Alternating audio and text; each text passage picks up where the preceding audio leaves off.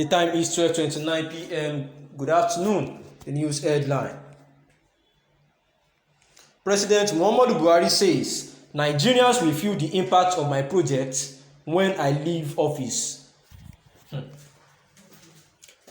Nigerian President Muhammadu Buhari has assured Nigerians that they will feel the impact of his project. According to Buhari, the impact of his project will be felt massively by Nigerians after he leaves office in 2023. The president mentioned this after inaugurating new board of the Nigerian Sovereign Investment Authority (NSIA). At the brief ceremony which held at State House, Abuja, Buhari tasked the board to make more investments that support economic diversification as global oil prices were projected to drop to around $40 per barrel by 2030. The president also announced his administration commitment to implementing long-term projects and providing jobs for Nigerians. He said the full impact of most of the strategic projects started under his watch and would be felt long after he had left office. The analysis is just simple that President Muhammadu Buhari is actually feeling himself and, trying to say that once he leaves the office, everybody will feel his impact, and that is when Nigerians will know the worth of what he has been doing so far. And this is in line with the critics around the country that President Muhammadu Buhari is actually the worst president since 2015 up to today. And he's trying to justify himself, saying that all these projects, perhaps in transportation, agriculture, then security, that by the time he leaves, people would actually understand that he's actually doing well. And this goes contrary to people's opinion about how the former army general, who became the first opposition to win a presidential election in Nigeria and returned to power in 2015, has been able to, to not to justify the his promises as at 2015, where he said that he's going to tackle insecurity, fight corruption, and improve the economy. And now, the reverse is the case, because Nigerians are now actually enjoying President Buhari as hoped. The Global Terrorism Index in 2019 ranked Nigeria as the third worst nation prone to terrorism, with no improvement even since 2017. And aside insurgency, there have been cases of banditry, kidnapping, and secessionist violence for pushing Nigeria towards the brink of collapse, with many calling for the resignation of the president for failing to secure Nigeria. A whole lot of groups have formed around and saying that President Muhammadu Buhari is a failure and ought to resign as soon as possible.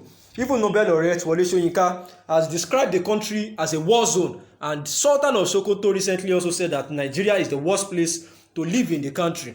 Reverend Father Mbaka was also of recent actually said too that Nigeria would actually even go worse very soon if care is not taken, and we actually need God to intervene because of the breach in the NDA and some other things like that.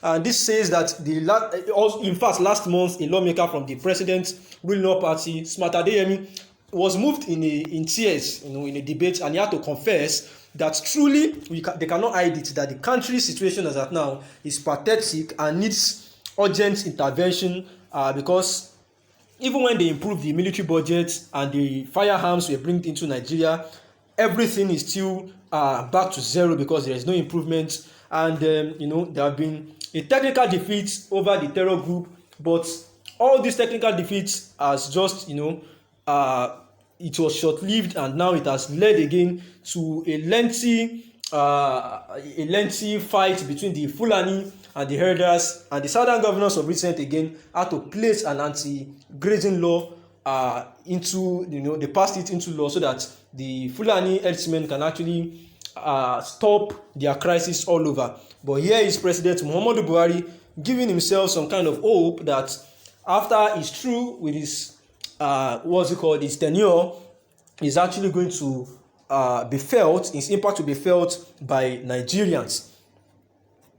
Sometimes ago, when during a particular interview, Matt Eze, a security analyst, believes that The president's lengthy and constant medical trips about abroad left a leadership gap, that emboldened insecurity in the country, because barely 1 year in office, Mr. Buhari made his medical trip to the UK as president. He continued to make such trips, and in 2017 alone, he spent over 150 days abroad treating an undisclosed ailment. A Daily Trust analysis showed that the president by 2017 had spent over 8 months in UK since he took office. Meanwhile, in 2018, the military suffered its highest fatalities against Boko Haram. The group captured a large cache of military hardware and was responsible for the death of 600 Nigerian soldiers, the Conversation reported. Now, in the same year, it attacked 9 military bases and overran the multinational joint task force based in Borno State. Mr. Buhari would soon start losing key political allies ahead of his election, in 2019 as at then. And due to largely the worsening security, several states in the war-ravaged regions of the north threatened that they would actually not key into the APC's goal as for 2023 again. And in a frantic move to reassure Nigerians of his commitment to ending the insurgency, the president in late 2018 approved the withdrawal of $462 million from the excess crude account for payments to the United States for the procurement of a 12 Super Tucano aircraft without prior approval of the National Assembly. Now, within the same period, he also gave approval to the military to make weapons purchases worth of $1 billion. Former Defense Minister Mansour Dan Ali had said, now the jets have allegedly been delivered to Nigeria, but yet there has been no fight against insurgency, because lately the Nigerian Defense Academy in Kaduna, Africa, was actually invaded by this same banditry, where they killed some major military officers and also kidnapped one major Dantong, and he has not been released ever since then. They have been visited by the COAS and some other key parties, and yet there has still been no there is no resolution so far, because he has not been released yet. Now, there is a saying by President Muhammadu Buhari that by the time he leaves office, his project will be felt massively. That he mentioned inaugurating new board of the Nigerian Sovereign Investment Authority (NSIA) at the ceremony which was held at the State House. The president also announced that his administration commitment to implementing long-term projects and programs that create jobs for Nigerians. And that's quite funny, because we all remember when President Muhammadu Buhari was saying that at the federal, state level, and also at the local level, even at the state level, that there is no job for youths and the youth to go and empower themselves. So we are wondering where the creation of these jobs he's talking about is coming from. Well, as it unfolds, we hope to see by 2023 if it will be a worst regime for in history, or it will be a regime of impact, as President Muhammadu Buhari had said. The time is 12:37 p.m. Good afternoon. Thanks for listening.